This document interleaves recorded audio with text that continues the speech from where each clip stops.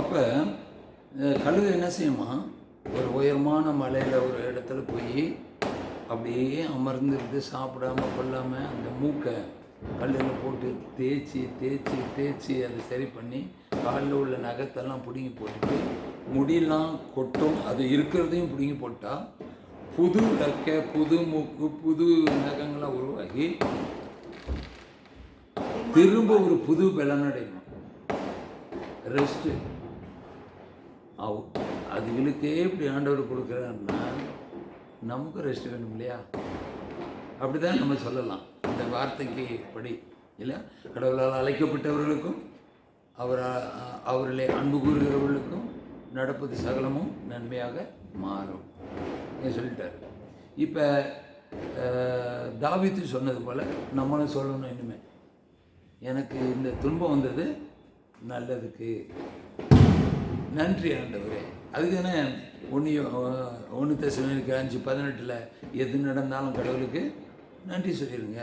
இதுதான் கிறிஸ்து இயேசு வழியாக அவர் விரும்புகிறார், உங்களிடமிருந்து எதிர்பார்க்கிறார். நம்ம செய்ய வேண்டிய காரியம் என்ன நடந்தாலும் அவர்கிட்ட போய் தேங்க்ஸ் சொல்லணும், நன்றி தான். ஒரே வாரத்தில் முடிச்சிட்டார்.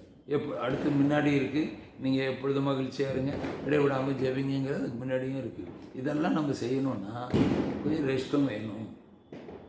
நம்ம ரெஸ்ட்டு இருந்தால் தான் இன்னும் கொஞ்சம் ஆயுசும் ஆரோக்கியம். இன்னும் ஒரு இடத்துல நான்லாம் கொரோனாவில் தான் இன்னும் நிறையா, கொரோனா சமயத்தில் வீட்டுக்குள்ளே இருந்து நிறையா கற்றுக்கிட்டேன். ஆண்டவருடைய ஜெபத்தில் பைபிள் வாசிக்கிறதுலாம் இன்னும் கொஞ்சம் அதிகமாக கிடச்சி. நான் யூடியூப்பில் அதிகமாக அப்லோட் பண்ணது கூட அப்போ தான் நிறைய வார்த்தைகள்லாம் நிறைய பேர் போய் சேர்ந்தது. லண்டன் வரைக்கும், இட்டாலி வரைக்கும், ரோம் வரைக்கும் கூட போய் அங்கேருந்து நான் ஃபோன் பண்ணாங்க. அவங்க இன்னும் தொடர்பு வச்சுட்ருக்கா. லண்டனில் ஒருத்தர் இன்றைக்கும் அவர் ஃபோன் பண்ணுவார். நான் காலையில் எந்திரிச்சோன்னே நீங்கள் வீடியோலாம் தமிழில் கொஞ்சம் ஜாஸ்தி கொடுக்குறத நான் டிவியில் நாங்கள் எந்திரிச்சு ஃபஸ்ட்டு அதை உங்கள் செய்தியை கேட்டுட்டு தான் நாங்கள்லாம் வெளியில் போவோம் பாருங்கள். அப்போ அதெல்லாம் அந்த நேரத்தில் தொடங்கப்பட்டது. அதுக்கு ஒரு டைம். இன்றைக்கி ஓசோன் கிழிஞ்சு போச்சு, ஓட்டம் விழுந்துருச்சு அப்படின்னு சொன்னது மாதிரி கடைசி காலத்தில், உலகம் முடிவு காலத்தில் எப்படி ஆண்டவர் அன்றைக்கி பாவம் பெருகி பூமி நாறுதுன்னு சொன்னாரோ, ஆதியாகமம் 5:5 வரைக்கும் இதை அழிக்க போகிறேன், கழுவ போகிறேன், மழை தண்ணியை 40 நாள் விட்டு எல்லாம் கழுவி எடுத்தாரோ, அதே போல் பாவம் நிறைஞ்சு போயிருக்கிற காரணத்தினால ஆண்டவர் ஆகாய மண்டலத்திலையும் பூமியும் கடலையும் அனைத்து மேலே ஃப்ளைட்டு போவானா, ஸ்டாப். கொரோனா சமயம் எந்த ஒரு இதுவும் புகை மண்டலங்க வெளியில் வராதபடிக்கு. இன்னும் பார்க்க போனால் ஒரு வீட்டில் ஒரு கொரோனா வந்துச்சுன்னா அவங்க வீட்டை சுற்றியே கட்டையை வச்சு மறைச்சி கட்டி போட்டு நம்மளும் தாண்டாதபடிக்கு பயமுறுத்தி, நீ 14 நாள் நீங்களும் உள்ளே கிடங்குன்னு சொல்லி எவ்வளோ ஒரு அமைதியான சூழ்நிலையை ஏற்படுத்தி இந்த இயற்கையை நிறைய மாற்றிட்டார். இப்போ நடந்துக்கிட்டு இருக்கிற இந்த வருஷத்தை நீங்கள் பார்த்தீங்கன்னா உலகம் முழுதும், துபாயிலேருந்து எடுத்துகிட்டு America, Australia, Indonesia, China, Japan, Burma, India எல்லா பகுதியிலையும் பாருங்கள் பயங்கரமான மழை இந்த வருஷம். நீங்கள் நியூஸில் பார்த்துருப்பீங்க, நான் பார்க்குற நியூஸில் எல்லா பகுதியிலையும் பயங்கர மழைனால அழிவு கழுவப்படுது. இப்போ ஆண்டவருடைய திட்டம் தான். அவருக்கு தெரியாமல் எதுவுமே நடக்காது. எல்லாமே அவருக்கு தானே, அவர் தான் இயக்கிட்டு இருக்கிறார். சரி, இப்போ நமக்கு வேண்டியது ஏன் தடை அப்படிங்கிறது தான் பேசிகிட்டு இருக்கிறார் இல்லையா? ஏன் தடைன்னா, இப்போ இவர் போய் கேட்டார், ஒரு ஆசைப்பட்டார் மனசுக்குள்ளே, இவரை புகழ்ந்துட்டா போதும் கிடைக்கும் அப்படின்னு. அவர் ஒரே அடியே சொல்லிட்டார், நீ முழுசாக மனம் மாறாமல் நீ அந்த ராஜ்யத்தை முடியாது, ஒரே வார்த்தை சொல்லிட்டார். அப்போ பரலோக ராஜ்யத்துக்கே தகுதி இல்லாதவங்க அவர்கிட்டேருந்து நம்ம எப்படி பெற முடியும் சில காரியங்களை அப்படிங்கிறது தான் இது அந்த வார்த்தையுடைய செயல். அடுத்தபடியாக சங்கீதம் 139:23 ஒரு வசனம் இருக்குது. இறைவா, நீர் என் உள்ளத்தை ஆய்ந்து அறியும், என் எண்ணங்களை அறியுமாறு என்னை சோதித்து பாரும். இவரே தான் வென்றார். ஆண்டவரே, என்னுடைய உள்ளத்தை கொஞ்சம் நீங்களே ஆராய்ந்து பாருங்கள், என் சோதித்து அறிஞ்சு பாருங்கள், எனக்கு அதை தெரியப்படுத்துங்க. நானே மறந்துருப்பேன் செய்த பாவத்தை, ஞாபகப்படுத்துங்க, நான் மன்னிப்பு கேட்குறேன் அப்படிங்கிறது மாதிரி வர்றாரு. அடுத்து 24வது வசனம் என்ன சொல்லுது? உம்மை வருத்தும் வழியில் நான் செய்கிறேனோ, ஏதாவது செய்கிறேனோ என்று பாரும் என்று உள்ள தேவனை உண்டாக்கும் வழி என்னிடத்தில் உண்டோ என்று பார்த்து நித்திய வழியிலே என்னை நடத்தும். அதாவது உங்களுக்கு விரோதமான வழியில் நான் நடக்கிறேன்னு பார்த்து ஒரு நல்ல வழியில் நடத்த எனக்கு வழி நடத்தும் கேட்குறேன். அப்போ இதெல்லாம் நம்ம கற்றுக்க வேண்டியது இல்லையா? யோசுவா 3:5 சொல்றாரு. யோசுவா 3:5 இன்று உங்களை பரிசுத்தப்படுத்திக் கொள்ளுங்கள், நாளை உங்கள் நடுவிலே ஆண்டவர் அற்புதம் செய்வார். ஒரே வார்த்தை. இப்போ நம்ம இன்னும் கொஞ்ச நேரம் வார்த்தையை நம்ம 9 மணிக்குள்ள முடிக்கணும்னு சொன்னீங்களா, அந்த நேரத்துக்குள்ளே முடிச்சிருவோம் இல்லையா? இன்னும் சீக்கிரம் முடிக்கலன்னா முடிச்சிடலாம். யோசுவா 3:5 படிக்கிறீங்களா? படிங்க. ஜனங்களை நோக்கி உங்களை பரிசுத்தம் பண்ணிக் கொள்ளுங்கள், நாளைக்கு கர்த்தர் உங்கள் நடுவில் அற்புதங்களை செய்வார். முடிஞ்சு போச்சு, அடங்கிடுச்சு, எல்லாம் அடங்கி போச்சு. உங்களை பரிசுத்தப்படுத்துங்கன்னா எப்படி பரிசுத்தப்படுத்தணும், எதுலேருந்து நம்ம பரிசுத்தமாகணும் கொஞ்சம் பேசுகிறீங்களா?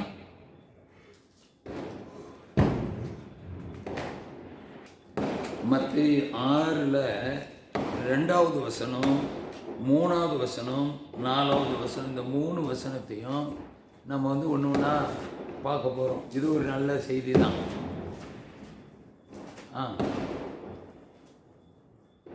மத்தேயு 6ல் 2, 3, 4. ஆகையால் நீ தர்மம் செய்யும் போது மனுஷரால் புகழப்படுவதற்கு மாயக்காரர் ஆலயங்களிலும் வீதிகளிலும் இல்லை, கொஞ்சமாக படிச்சாதான் நான் விளக்கம் சொல்ல முடியும் இல்லையா? ஆகையால் அங்கே தர்மம் செய்யும் நீங்கள் தர்மம் இப்போ நம்ம எல்லாருக்கும் ஆண்டவர் கற்றுக் கொடுத்தது தர்மம் செய்கிறதையும் கொடுத்துருக்கிறார். தர்மம் ரொம்ப முக்கியம். தர்மங்கிறது தான தர்மம், தானம் செய்கிறது, தர்மம் செய்கிறதுங்கிறது. தர்மங்கிறது நம்மக்கிட்ட விட்டு போயிடும், அது நம்மக்கிட்ட இருக்காது. அதுதான் தர்மம், நன்மையான காரியங்கள். அந்த தர்மம் செய்யும்போது நீ மனுஷரால் புகழப்படுவதற்கு மாயக்காரர் ஆலயங்களிலும் வீதிகளிலும் செய்வது போல நீங்க செய்யாதீங்கிறது உனக்கு முன்பாக தாரை ஊதியாதே. இது என்ன தாரை தம்பட்டம்னு கூட சொல்லுவாங்க. இதில் தாரை இருக்கு. தாரை தம்பட்டம்னா சில பேர் உபவாச ஜபத்தை கூட பெரிய ஒரு அறிவிப்புலாம் போட்டு 21 நாள் உபவாச ஜபம், 40 நாள் அப்படிலாம் சொல்லுவாங்க. ஒவ்வொரு நாளும் இந்த உபவாசத்தை பற்றி அப்படி தாரை தம்பட்டம். ஆண்டவர் சொல்ல, நீ தர்மம் செய்யும்போது எல்லாரும் மாதிரி தாரை தம்பட்டம் ஜனங்க புகழும்படியாக. இன்றைக்கி எனக்கு தெரிய எல்லாரையும் சொல்ல மாட்டேன், இருக்கிறாங்க எங்கள் ஊர் சைடு ஒருத்தர் 2 பேர் இருக்கிறாங்க. அவங்கெல்லாம் எப்படி சொல்கிறது, நான் இதை ஒரு சில பேர் இருக்கிறாங்க. அவங்க அப்படியே வருவாங்க, ஆடாமல் அசையாமல். அந்த அயன் பண்ணது கூட அப்படியே அழியாதபடிக்கு அப்படியே வருவாங்க அழகாக. எப்போ அந்த கரெக்டு டைமுக்கு அந்த அந்த இதில் அப்படி உட்காந்துட்டு வர்றதும் லேட்டாக வர்றது, போகிறதும் சீக்கிரம் போயிடுறது. வெளியில் போய் நின்றுட்டுருப்பாங்க. வர்றவங்கெல்லாம் அவங்கள ஹலோ அப்படி ஒரு விஷ் பண்ணணும், அவங்கள புகழணும், அதுதான் எதிர்பார்ப்பாங்க. அடுத்து ஒரு இந்த மாதிரி காரியங்களுக்கு அவங்க பேர் வரும்படியான காரியங்களை சில பேர் செய்துட்டு எதிர்பார்த்துட்ருப்பாங்க. அவங்க பேர் அங்கே அனௌன்ஸ் பண்ணணும், பெருசாக அனௌன்ஸ் பண்ணணும். சில நேரம் அவங்கள கூப்பிட்டு மாலை போடணும், சால்வை போடணும், புகழணும். அப்படி புகழும்போது அடுத்த ட்ரிப் இன்னும் செய்வாங்க. அவங்க விரும்புவது அவங்கள்ட்ட நிறைய இருக்குது. இதெல்லாம் ஒன்றும் இல்லை, அவங்களுக்கு அந்த புகழுக்காக கொடுக்கறது, பெருமைக்காக கொடுக்கறது. ஆண்டவர் சொல்கிறாரு, நீ ஜெபம் செய்யும்போது கூட உனக்கு அதை அடைச்சிக்கிட்டு ஜெபம் செய்யுங்கிறது என்னன்னா, நீ பெருமைக்காக ஜெபிக்காத. நம்ம கூட்டத்தில் ஜெபிக்கலாம், அவர் சொல்கிற ஒரு அர்த்தம் புகழ்ச்சிக்காக அல்ல. மறைவாக உள்ள கடவுள் அவர் உன்னை காண்பவர். அதான் சொல்கிறார், நீ தான தர்மம் செஞ்சாலும் சரி. அடுத்து சொல்கிறார்ல, இந்த கை செய்வது இந்த கைக்கு தெரியாமல் இருக்கட்டும், அதுவும் சொல்லியிருக்காரு இல்லையா. அந்த மாதிரி எதிர்பார்க்குற அந்த புகழ்ச்சிக்காக எதுவும் செய்ய போகாதீங்க. அவங்கள புகழணும், பேரும் புகழணும் அப்படிங்கிறத பற்றி இதெல்லாம் ஒரு பாவமாக ஆண்டவர் சொல்கிறார்.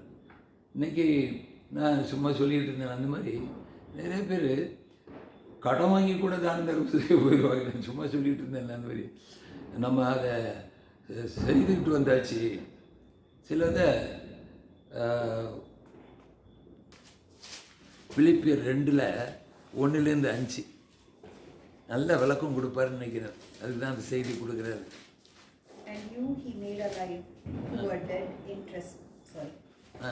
சரி, நீங்கள் படிங்கம்மா. ஆதலால் கிறிஸ்துக்குள் யாதொரு ஆறுதலும் அன்பினாலே யாதொரு தேர்தலும் ஆவியின் யாதொரு ஐக்கியமும் யாதொரு உருக்கமான பட்சமும் இரக்கங்களும் உண்டானால், பரிசுத்த ஆவியினாலும் கடவுளுடைய தூண்டுதலினாலும் இரக்க குணங்கள் உண்டானால், இதுதான் அதோடைய அர்த்தம், மீனிங். நம்முடைய சொந்த எண்ணத்தினால மனுஷரை புகழ்வதற்கோ அவர்கிட்டேருந்து பெருமைப்படுவதற்கோ அல்ல, உண்மையாகவே நம்மக்கிட்ட எல்லாம் இருந்து, நேரம் இருந்து, உடல் இருந்து, எல்லாம் இருந்து, ஆவினால் தூண்டப்பட்டு அந்த தாகத்தோடு போகிறோம் பாருங்க. அப்படி உண்டானால் அந்த இரக்கத்தோடு நம்ம செய்யணுங்கிறது. அடுத்த வசனம், நீங்கள் ஏக சிந்தையையும் ஒரே அன்பு உள்ளவர்களாயும் இருந்து. இப்போ பாருங்க, சில இடங்கள்ல அந்த ஏக சிந்தனை ஒரு மனப்பாடு இல்லாமல், சண்டை சச்சரிவுகள் இல்லையா, நான் இது செய்யணும், நீ அதெல்லாம் ஒரு பாருங்க, நான் தான் செய்வேன் இல்லைன்னா கோச்சிக்கிறது, இப்படிலாம் நிறைய இதெல்லாம் நடக்கும் இல்லையா. சில காரியங்கள் முன்னேற பேருக்கும் பெருமைக்கும் புகழுக்கும் அதில் போய் நினைஞ்சுக்கிட்டு வேணவே வேணாம். அந்த ஒரு மனப்பாடு இல்லாமல் எதையும் செய்ய வேணாம். அடுத்து ஏக அன்பு உள்ளவர்களாக ஆத்துமாக்களாய் ஒன்றையே சிந்தித்து ஒரே மனசா எல்லாரும் ஒருமனப்பட்டு செய்து யாருடைய சந்தோஷத்தை நிறைவாக்கணும். ஆனா நிறைய பேர் அவங்களுடைய சந்தோஷத்தை நிறைவாக்குறதுக்காகவே கூட சில காரியங்கள் நடக்குதா இல்லையா, நம்ம பார்க்குறோமா இல்லையா. நீங்கள் பார்த்துருக்கீங்க, நிறையா நானும் பார்த்துருக்கேன், நீங்கள் எல்லாரும் பார்த்துருக்குறீங்க. சில பேர் தன்னுடைய சந்தோஷம், தன்னுடைய புகழ், தன்னுடைய பெருமை வெளியில் காட்ட, இது அது வேஸ்ட்டுங்க, அது வேஸ்ட்டு. ஆண்டவர்கிட்ட போய் கணக்கு சேராது, நம்ம செய்து சேராது. இந்த உலகத்தில் நம்ம அதை பெற்றுடும். மனுஷரால் புகழப்படும் போது ஆண்டவர்கிட்டேருந்து வரக்கூடியது எல்லாம் போயிடலாம். ஜனங்க நம்மளை புகழும் போது அவர் நமக்கு புகழ் எல்லாம் வச்சிருந்ததெல்லாம் அது நின்றது, மனுஷர்கிட்ட வந்துருச்சுன்னு. அதே மற்ற 6லேயே நீங்கள் 16லேருந்து 18 வரைக்கும் படிச்சிங்கன்னா அங்கே ஒரு நிறைய செய்தி கொடுப்பாரு. அதை அப்புறம் படித்து பார்த்துக்கிறேங்க. இந்த பிலிப்பியரில் பாருங்க எவ்வளோ சொல்ல. அடுத்து ஒன்றையும் வாதினாலாவது வீண் பெருமையினாலாவது செய்யாமல் மன தாழ்மையினாலே ஒருவரை ஒருவர் தங்களிலும் மேன்மை உள்ளவர்களாக எண்ண கடவீர்கள். பார்த்தீங்களா, பெருமைக்காகவோ இன்னொரு வசனம் இருந்துச்சு மேல, வாதினாலாவதோ வற்புறுத்தல். சில நேரம் நீங்கள் தான் பண்ணணும், நீங்கள் தான் செய்யணும், ஐயோ சொல்லிட்டாங்களே நம்ம செய்யணுமோ, இல்லைன்னா எதாவது நினச்சிக்கிடுவாங்களோ. ஏன்னா இருந்தால் நம்ம போகலன்னாலும் பரவாயில்ல, கொடுக்கலாம், செய்யலாம், நமக்கு பதிலாக இன்னொருத்தர் கூட அனுப்பலாம். நம்மகிட்ட எதுவும் இல்லாமல் அந்த வற்புறுத்தினாலோ பெருமையினாலோ புகழுக்கோ எதுவும் செய்ய வேணாம் அப்படிங்கிற. இன்றைக்கி நிறைய பேர் அந்த கம்பேர் பண்ணி, அவங்களும் நானும் ஒரே காலேஜில் படித்தோம், ஒரே இடத்துல வேலை செஞ்சோம், ஆனால் நமக்கு கொஞ்சம் ஃபைனான்ஷியல் பிரச்சனை இருக்குது, ஆனால் அவனும் பார்த்தா நிறைய சம்பாதிச்சிட்டான், நம்மளை விட மேன்மையாக இருக்கிறான், அவன் மகளுக்கு கல்யாணம் பண்ணுறான், டாம் டோம்னு இப்படிலாம் செலவு பண்ணுறான். அடுத்து நம்ம பிள்ளை கல்யாணம் பண்ணக்கூடிய நேரம் வந்துட்டா அவனை மாதிரி ஈக்குவலாக செய்யணும்னு நம்மக்கிட்ட ஒன்றும் இல்லை. ஆனால் அதை பெருமைக்காக நம்மக்கிட்ட இருக்கிறது மாதிரி காட்டிக்கிற, கடன் வாங்கி கண்ணீர் விட்டுக்கிட்டு வட்டி கட்டிக்கிட்டு அவஸ்தைப்படுறது யார்? அந்த ஒரு நாள் காரியத்துக்காக. அதுதான் அந்த வசனம். பெருமைக்காக எதுவுமே செய்யும். கம்பேர் பண்ணி நம்மளால் சொல்லுவாங்க, பாய் இருக்கிற வரைக்கும் காலை நீட்டுன்னு சொல்லுவாங்கல்ல, என்னமோ ஒரு பழமொழி தமிழில் சொல்லுவாங்க, கன்னடத்தில். கால் நீங்கள் வெளியில் நீட்டினா இந்த டைல்ஸ்லேயோ கிரானைட்லேயோ நமக்கு ஜில்லுன்னு ஏறிடும். பாய் இருக்கிற கால் நீட்டிக்கணும். நம்மளால் முடிஞ்சது தான் செய்யணும். முடியாததுக்கு போய் கொம்பு தேனுக்கு ஆசைப்படாத. யார் சொல்கிறது? முடவனை தெரியும். அவனுக்கு கால் இல்லை. நல்லா இருக்கிறவனா மரத்தில் ஏறி போய் அந்த கொம்பு தேனை பிடிச்சிட்டு தேன் எடுத்துடலாம். இவன் கீழே நடக்கவே முடியாது, அவன் போய் கொம்பு தேனுக்கு ஆசைப்படலாமா? என்ன பழமொழியெலாம் சொல்லியிருக்கிறாங்க. இன்றைக்கி அந்த மாதிரி முடிஞ்சதை தான் செய்ய முடியும். பெருமைக்காக எதுவுமே செய்யாதீங்கன்னு சொல்லி அடுத்த வசனம், அவனவன் தனக்கானவைகளே அல்ல பிறருக்கானவைகளையே நோக்குவானாக. முடிஞ்ச வரைக்கும் நான் சில பேர் நான் மட்டும்தான் நல்லா இருக்கணும், நான் பேர் தான் பேர் வாங்கிடணும், நான் தான் செய்யணும். ஆனால் அது சில பேருடைய புகழ்ச்சிக்கு. எல்லாருமே அவங்களுடைய வேலையை அவங்களும் நல்லா இருக்கணும் கூட நம்ம நினைக்கணும். இப்போ நீங்கள்லாம் நல்லா இருக்கணுங்கிற பெரிய நேரம் சொல்லலை, உண்மையாகவே நான் எதுக்கு நல்லா ரெஸ்ட் எடுங்க அப்படிங்கிறது எதுக்கு சொல்கிறேன்? சும்மா நாடகமாக போடுறோம் நம்ம. நீங்கள் நல்லா இருந்தீங்கன்னா இன்னும் நிறைய ஆண்டவருக்காக ஓடுறதுக்கு உங்களுக்கு முடியும், செய்யலாம். இப்போ அவசரப்பட்டு நீங்கள் அவங்க கூப்பிட்டாங்க போட்டு ஓடி போய் இன்னும் வேதனைப்பட்டுக்கிட்டு நீ ஏன் இருக்கணும் அப்படிங்கிறது மாதிரி நான் தாகத்தோடு நீங்கள் நல்லா இருக்கணும்னு ஆசைப்பட்றேன். இந்த ஆசை நம்ம ஒருவருக்கு ஒருவர் நல்லா இருக்கணும், அவங்க நல்லா இருக்கணும், இவர் நல்லா இருக்கணும் நினச்சோம்னா நம்ம நல்லா இருப்போம் இல்லையா? அவங்க நல்லா இருக்குன்னு நினச்சா நம்ம நல்லா இருப்போம். அவங்க நாசமாக போகணுன்னா நம்ம தான் நாசமாக. அதுதான் பைபிள் வாக்கியம் தான் அது கூட. அதனால அடுத்து கிறிஸ்து இயேசு உள்ள மனநிலை இருந்த சிந்தையே அஞ்சாவது வசனம் இல்லையா? முடிஞ்சு விடுங்க. இப்போ திரும்ப இந்த மத்தை 6 பார்த்துருவோம்.